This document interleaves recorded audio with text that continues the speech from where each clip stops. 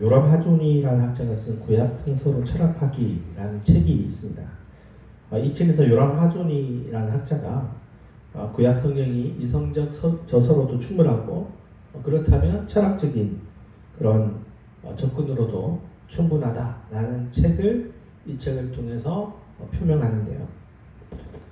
플라톤이나 소크라테스의 글만 철학서가 아니다. 성경도 철학서로서 충분한 가치가 있다. 라고 계속해서 이 책을 통해서 얘기합니다.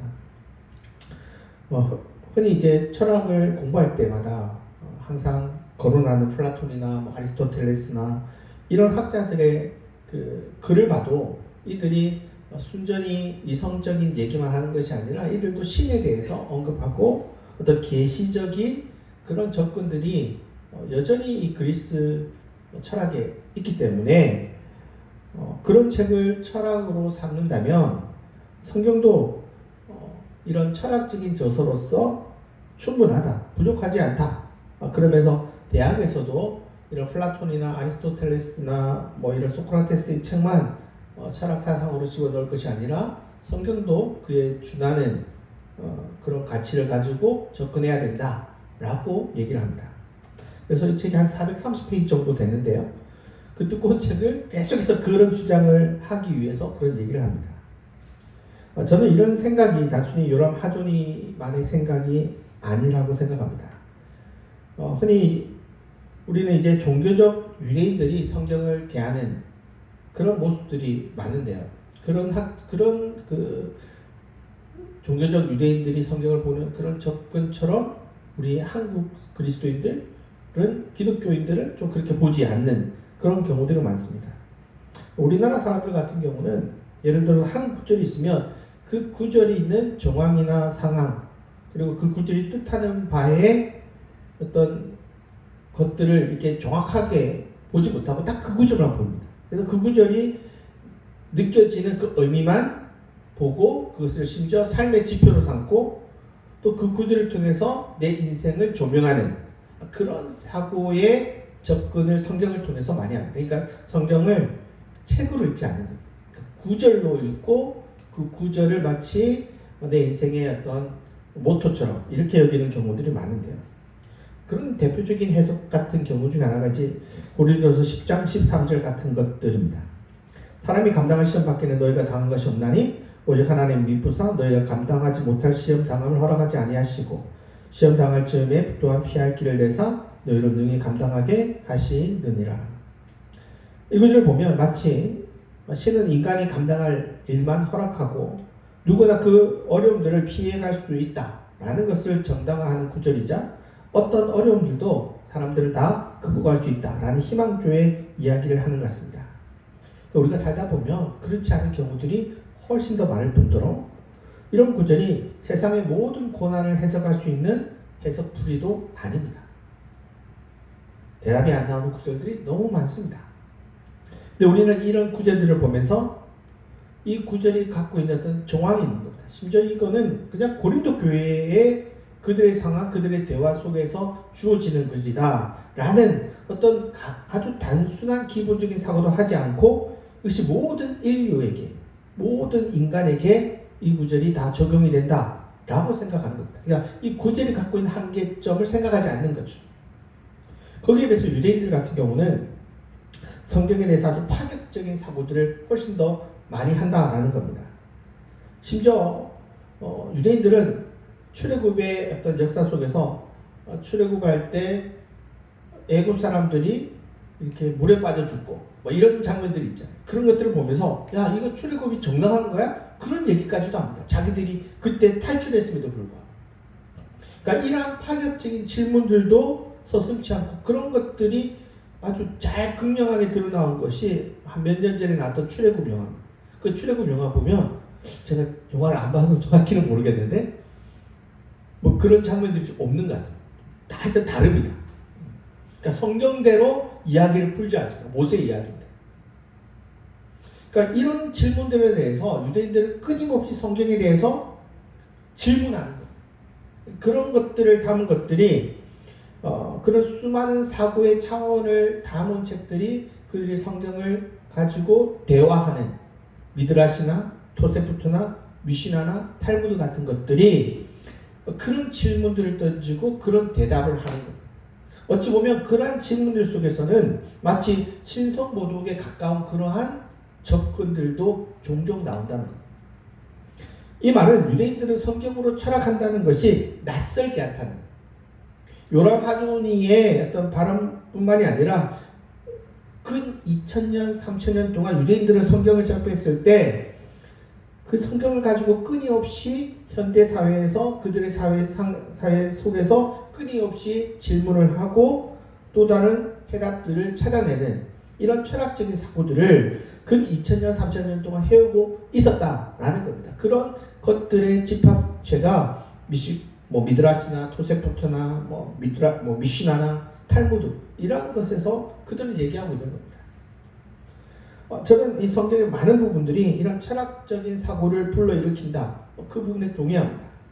특히나 이 시리즈를 통해서 우리가 안식일이 어떠한 다른 계명보다 어떤 철학적인 사고를 요하는 계명이다 라고 생각하고 안식일은 일종의 철학하는 날이 된다 라는 생각을 저도 이번에 이 시리즈를 하면서 좀 생각하게 되었습니다. 오늘 이 안식일을 안식일을 오늘 네 번째인데요. 오늘 이 안식일을 통해서 마지막으로 다뤄보면서 우리가 이 희년의 어떤 발파, 그러나 그렇다고 해서 희년의 어떤 그 밑에 있는 그런 그 계명은 아닙니다.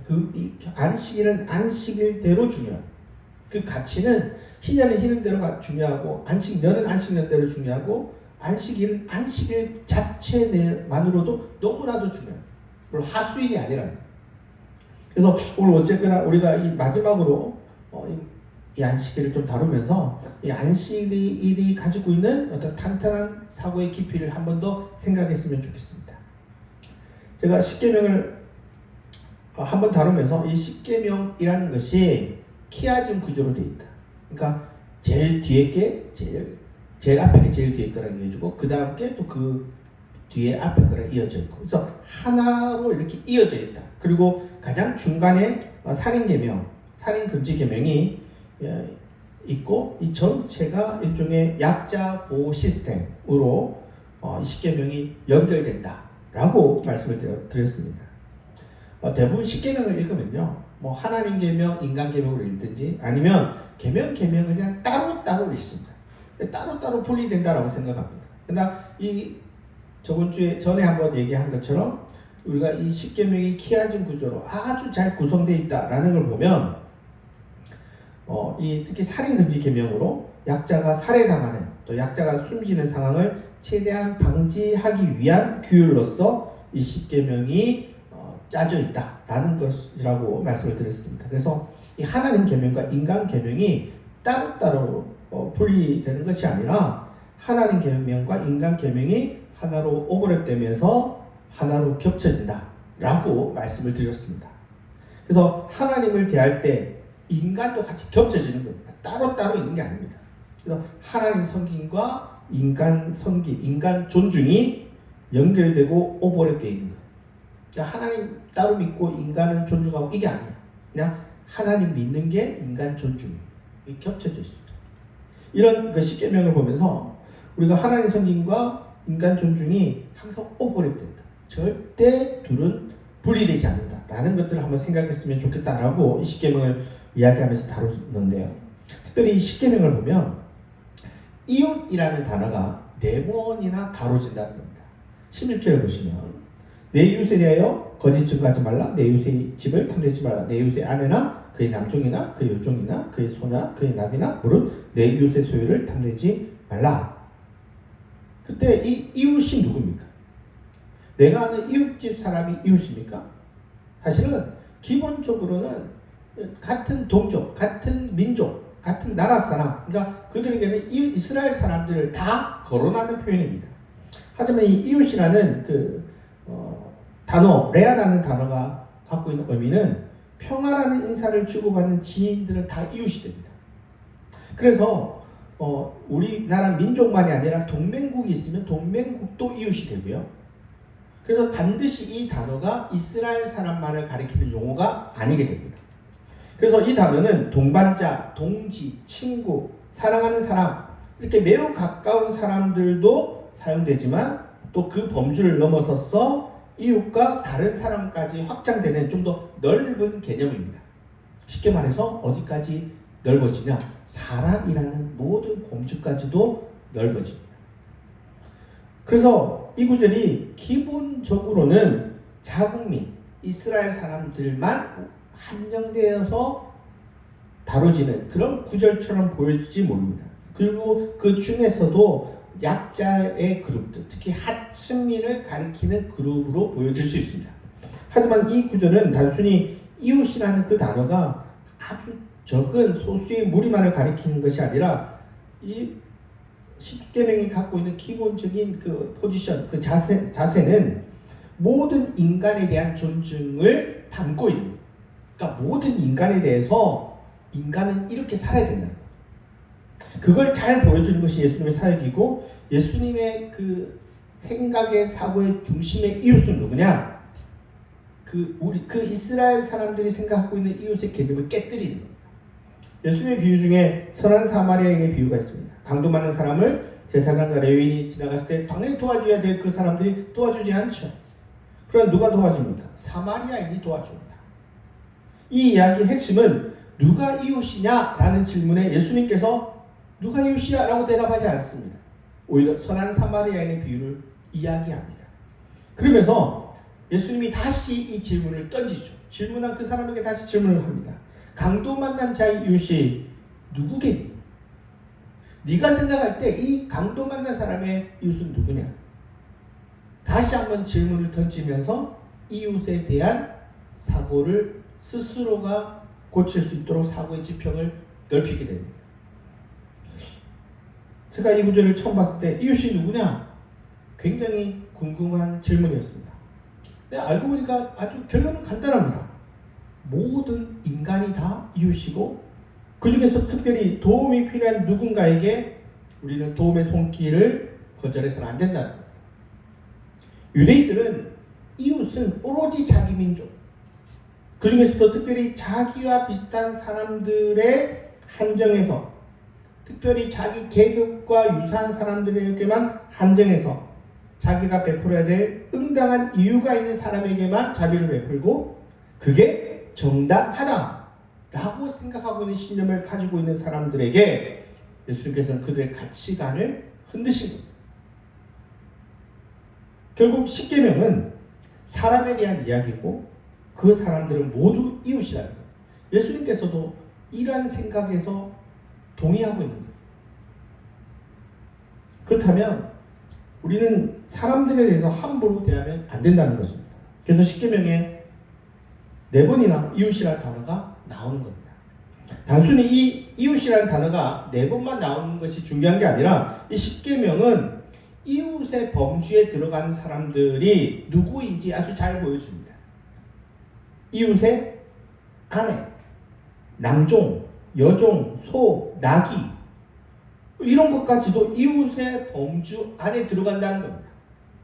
그리고 그 이웃 사람이 모든 사람들을 가리키고 그 사람이 모두 이웃이라는 범주에 들어간다면 이웃이라는 단어가 들어가지 않더라도 그 앞에서 이야기하고 있는 살인 금지 계명, 간음 금지 계명, 도둑질 금지 계명 다 뭐에 들어가는 겁니까? 그 모든 계명이 다 이웃 안에 들어가는 겁니다. 다시 말하면 십계명은 인간에 대한 깊은 사유를 담고 있는 계명이라는 겁니다. 그럼에도 사람은 부에 대한 욕심이 과해지면 사람에 대한 존중이 그 생각이 무너지게 됩니다. 사람을 무시하고 차별하고 깔아뭉기고 그러면서 자신의 소유를 불리는 것에 집착하면서 결국 어떻게 합니까? 사람으로 보지 않는 겁니다. 그것을 잘 보여줬던 것이 9세기의 왕의 경제적 폭력 행위였습니다. 이 사건이 아주 대표적인데요. 이게 별것 아닌 것 같지만 구약 성경에서 가지고 있는 아주 중요한 어떤 문제를 보여줍니다. 가장 강력한 권력을 가진 자가 힘없는 사람을 자기가 가진 능력만 있으면 얼마든지 그 권력으로 강탈해도 된다라는 일종의 선전포고 같은 그러한 모습을 보여주기 때문입니다. 이 아합의 이러한 폭력 행위 이후로 8세기가 되면 이전에는 9세기만 해도 왕 혼자, 아주 나쁜 왕 혼자서만 그러한 일을 했다면 8세기가 되면 이것이 좀 더 보편화됩니다.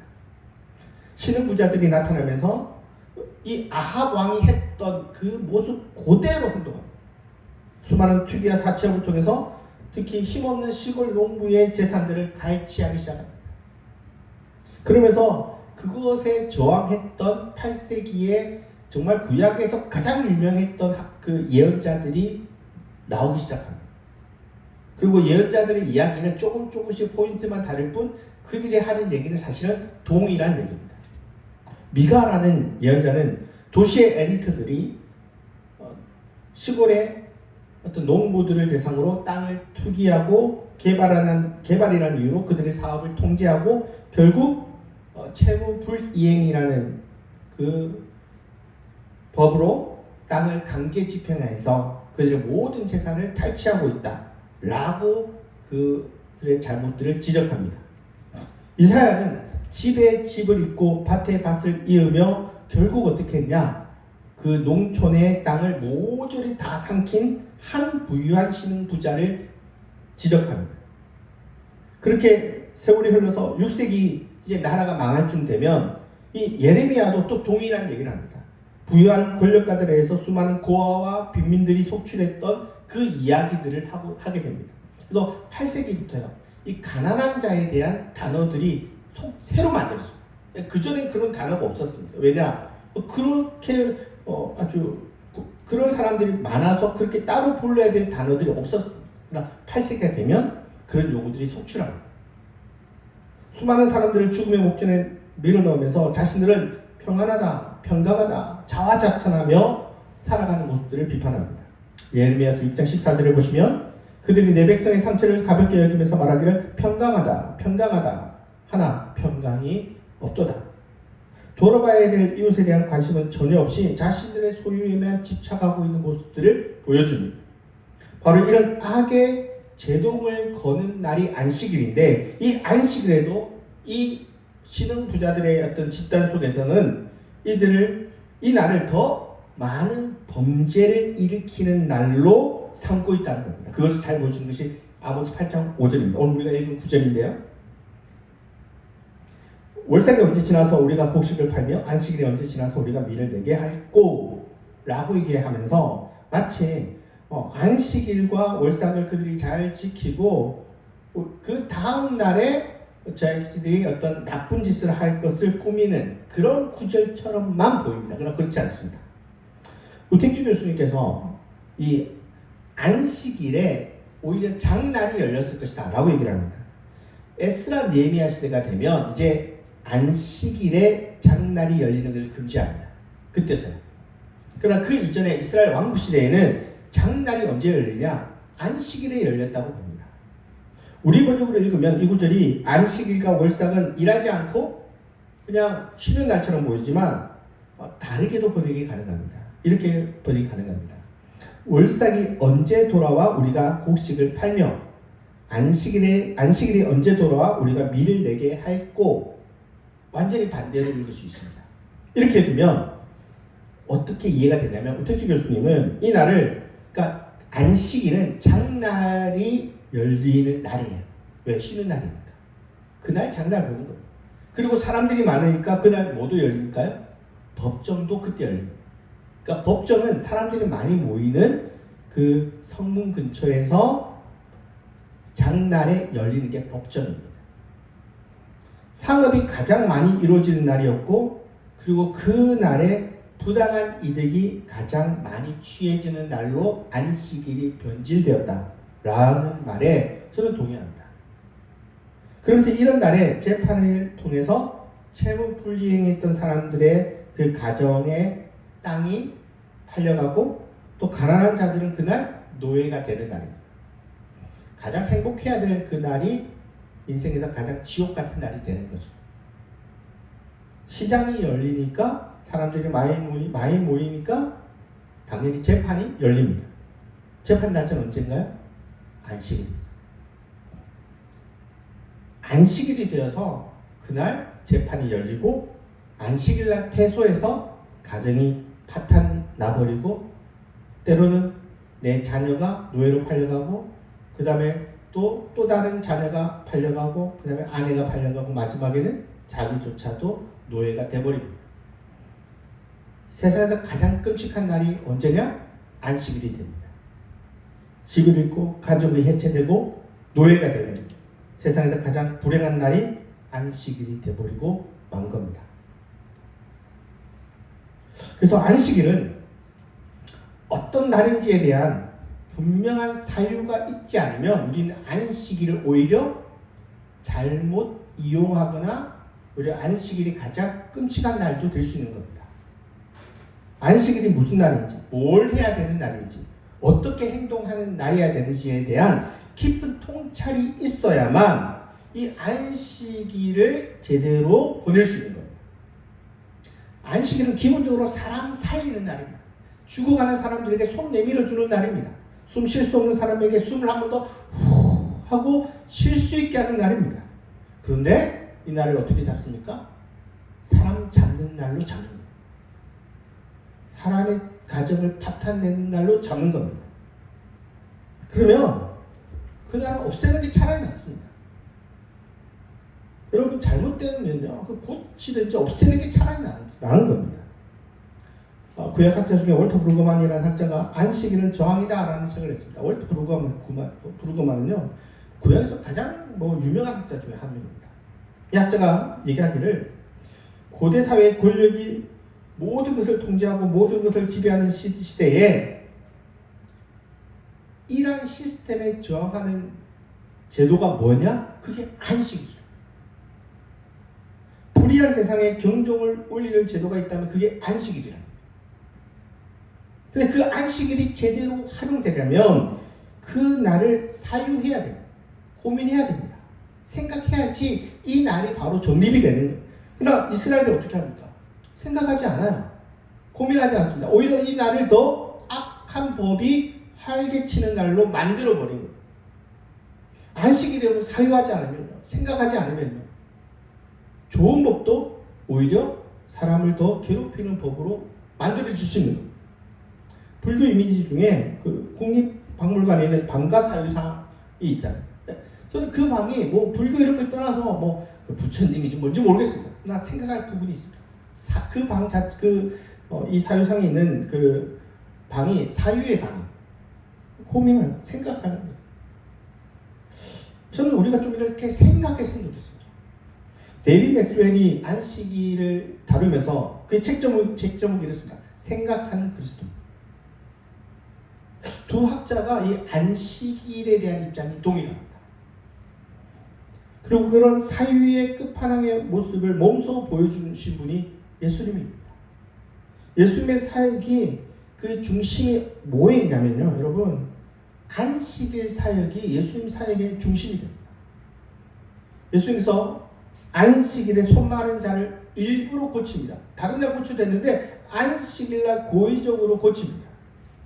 그리고 사람들의 이야기를 합니다. 이것이 고친 것이 바른 것이냐, 잘못된 것이냐. 당대의 안식일에 대한 생각에 일침을 가합니다.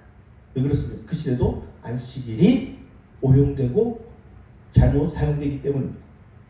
안식일을 통해서 끊임없이 인간에 대한 깊은 사유를 할 수 있도록 계속해서 질문을 던집니다. 끊임없이 안식일의 문제를 일으키고 안식일이 도대체 뭐 하는 날인가에 대해서 계속해서 사고의 지평을 넓히도록 질문을 던집니다. 안식일에 미리 이상의 문제가 터지고요. 안식일에 베데스다 연못에 있는 38에 된 병자를 고칩니다. 그러면서 이 병자를 고치는 게 옳으냐, 아니면 너네들이 이야기하는 것처럼 이 안식일의 그 법 때문에 이 사람을 가만두는 게 옳으냐. 끊임없이 안식일에 대해서 질문을 던집니다. 그 질문을 던지는 이유가 뭡니까? 단순히 안식일이 일하느냐, 일하지 않느냐, 어디까지 일이고 어디까지 일이 아니냐, 이거 얘기하는 거 아닙니다. 단순히 일의 한계가 어디까지 있어야 되냐, 그 질문을 던지는 게 아닙니다. 인간에 대해서 우리가 어떻게 행동해야 돼요? 인간에 대한 깊은 이해에 대해서 질문을 던지는 겁니다. 사람이 무엇이고 사람이 어떻게 행동하는 것이 옳은 것인가에 대한 질문을 사유하도록 질문을 던지는 겁니다. 이 안식일의 핵심입니다. 안식일은 여러분 사유해야 해요.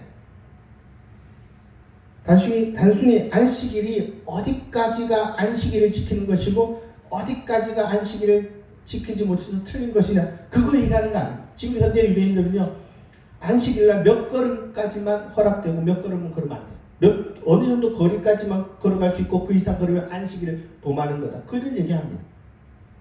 버튼 하나 누르는 것도 그날 버튼을 누르면 되냐 안 되냐 그 얘기합니다. 안식일에 잘못된 겁니다. 그러면 안식일의 의미를 전혀 모르는 겁니다. 예수님께서는 안식일의 핵심은 인간이라고 얘기합니다. 누가복음 6장 들어보면 인자는 안식일의 주인이라 하신 것. 이 말에 이 인자가 누구냐? 물론 이 말이 예수님 자신을 가리키기도 합니다. 그러나 당대 유대인들은 이 말이 무슨 말인지 알았습니다. 사람입니다. 인자는 사람이라는 단어입니다. 지금도요. 이 히브리어 용어는요. 사람을 가리키는 용어입니다. 안식일의 중심은 사람이라. 여러분 안식일의 사유의 중심은 어떤 안식일이라는 제도를 넘어서서 인간이 중심이 되어야 된다. 그러니까 그것이 하나님의 섬김과 동떨어진 게 아닙니다. 우리 인간을 존중하면 하나님을 안 섬기는 거야 라고 착각하는데 그렇지 않습니다. 아까 얘기했죠. 하나님과 인간은 동일한 하나님 섬김과 인간 존중은 겹치고 안식일은요 여러분 사유하는 날, 철학하는 날이어야 됩니다. 사고하는 날이어야 됩니다. 그것이 십계명이 계속해서 질문을 던지는 거고 그것을 잘 보여주고 그것에 대해서 끊임없이 질문을 던지는 분이 바로 예수님이셨던 겁니다. 왜 우리들이 안식일을 지켜야 되는지, 안식일의 의미가 뭔지, 안식일의 그것이 추구하는 바가 뭔지 끊임없이 여러분 안식일이 도대체 뭐하는 날이야 생각해야 돼요. 그리고 오늘 현실의 우리들의 상황 속에서 그 의미를 묻고 질문을 던지고 해답을 찾아가면서 그 생각의 지평을 넓혀가야 됩니다. 저는 이 기독교라는 종교가 저는 좋습니다. 때로는 자랑스럽습니다. 한국 기독교의 명예가 실추된 지금에도 여전히 저는 한국 교회를 사랑하고 이 기독교라는 종교가 자랑스럽습니다. 그 이유가 있습니다. 우리가 때로는 그 본질을 어지럽히고 또 본질을 훼손하고 있는 사람들이 있지만 그럼에도 그 본질 자체는 옳답니다. 여러분 기독교와 타 종교의 차이점이 뭘까요? 뭐 다른 종교도 뭐 그럴 수 있다고 생각되지만 타 종교는 좀 제가 뭐 타 종교에 대해서 어떤 깊이가 좀 부족해서 그럴 수 있지만 기본적으로 기독교는 하나님을 사랑하는 종교입니다. 그러니까 신을 사랑하는 종교.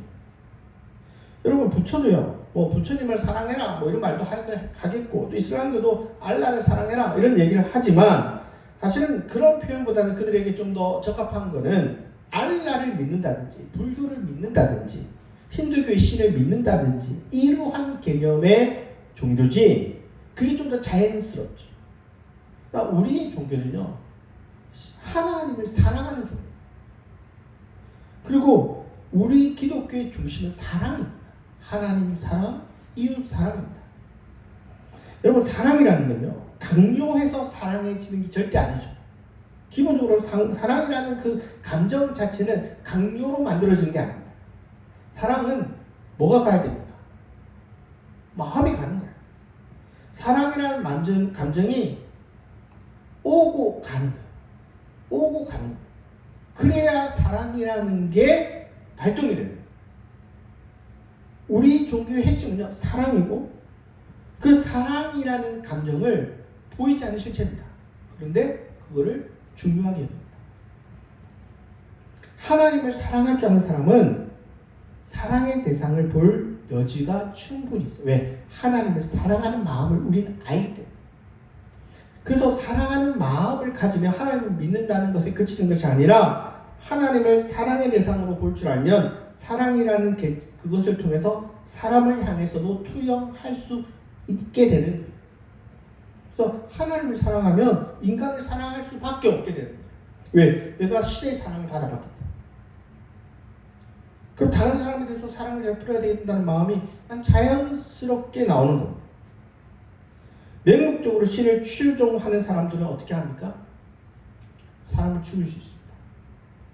신을 위해서라면, 우리 신을 위해서라면 폭탄 테러도 정당한 거예요. 살인도 정당한 거예요. 왜? 우리 신을 무시해요. 우리의 종교를 무시한 사람들은 다 죽여도 되는 거예요. 그러나 신을 사랑하는 종교는 심지어 신의 명령이 그러하다 할지라도 그들의 폭력 행위를 멈추는 거예요. 그래서 예전에 그 출애굽 영화에서는 그 폭력 행위를 안 하는 거예요. 신의 사랑을 안 해도 어떻게 폭력을 해요? 폭력을 멈추는 거예요. 인간을 사랑의 대상으로 보는 것이 우리 종교의 핵심입니다. 하나님만 사랑이 아닙니다. 우리는 사람도 사랑하는 종교입니다. 여러분, 안식일은 왜 존재합니까? 안식일은 출애굽을 통해서 그 해방의 기쁨을 그들이 정말 온 국민이 함께 알게 된다는 거예요. 자유라는 것이 왜 소중하고, 또 그때는 모든 사람이 계급이 어떻게 됩니까? 동등해지. 그래서 그게 왜 중요한가를 모두가 함께 깨닫는 거예요. 그때는요, 출애굽 그때는요, 노예가 없어지는 날. 누구는 높고 누구는 낮고 신분의 차이가 깨어진 날. 그리고 억압되고 속박된 그러한 모습 속에서 이제 자유가 뭔지 알게 됩니다. 해방의 기쁨을 알게 됩니다. 인간으로서의 생존의 삶의 그 생존의 그 기쁨을 알게 되는 날이었어요. 쉽게 얘기하면 살만 나는 날, 살고 싶은 날, 행복해지는 날이었어요. 그게 여러분 안식일이 가지고 있는 의미입니다. 그래서 안식일은 끊임없이 뭐 얘기합니까? 출애굽 얘기하는 겁니다. 그리고 그 안식일이 온전히 이루어지려면 그 출애굽의 그 감정을 그날 다 집어넣습니다. 그래서 안식일이 있는 곳은 인생의 고통의 끝자락에 있는 사람들조차도 살고 싶은 날이 되는 거예요. 여기서라면 내가 좀 더 살고 싶은 거예요. 아무리 고통스럽고 고통의 정말 끝자락에 있는 사람들도 오늘 내가 그냥 당장 뛰어내려서 죽어야지 라고 생각되는 사람들도 이 날을 경험하면서 야, 내가 사람답게 살 수 있을 가능성이 이곳이라면 있겠다 싶은 생각이 드는 날. 죽고 싶은 사람이 나 살고 싶은데 그 감정이 들게 만드는 날입니다. 그게 안식일. 그게 안식일이고 주일이고, 그리고 그러한 것을 만드는 곳이 어디입니까? 그게 교회입니다. 그래서 교회는요, 살만나게 하는 것이고, 교회 오면 꿈꾸게 하는 것이고, 교회 오면 소망이 생기고, 교회 오면 행복해지는 마음이 생겨요. 그러한 장소가 교회입니다. 그런 안식일이 우리가 가지고 있는 안식일의 개념이고, 그런 날로 만들고 싶어서 모인 곳이 바로 교회입니다. 여러분, 안식에 대해서 한번 생각해 보신 적이 있습니까? 우리 너무 간단하게 생각합니다. 안식일은 주일 성수야. 그 생각밖에 없어요. 안식일은 그렇지 않습니다. 여러분, 안식일은요, 끊임없이 사유하는 날, 인간에 대해서 고민하는 날, 철학하는 날입니다.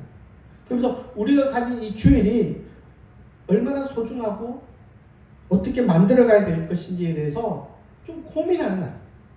그걸 우리가 묵상해야 돼요. 안식일은요, 여러분, 좀 공부하는 날.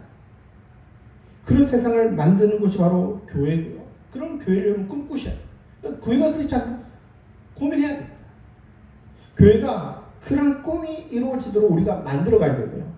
또 교회를 발판으로 뭐까지 해야 됩니까? 세상이 바뀌어지도록, 내가 꿈꾸는 세상이 만들어지도록 그 가장 기본적인 곳이 바로 안식. 안식일에 여러분 함께 사유하시고 철학하시고 그 기쁨을 알아가면서 결국은 사람 사랑하는 그런 주일들을 우리가 맞이하시는 우리가 되기를 바라겠습니다. 기도하시겠습니다.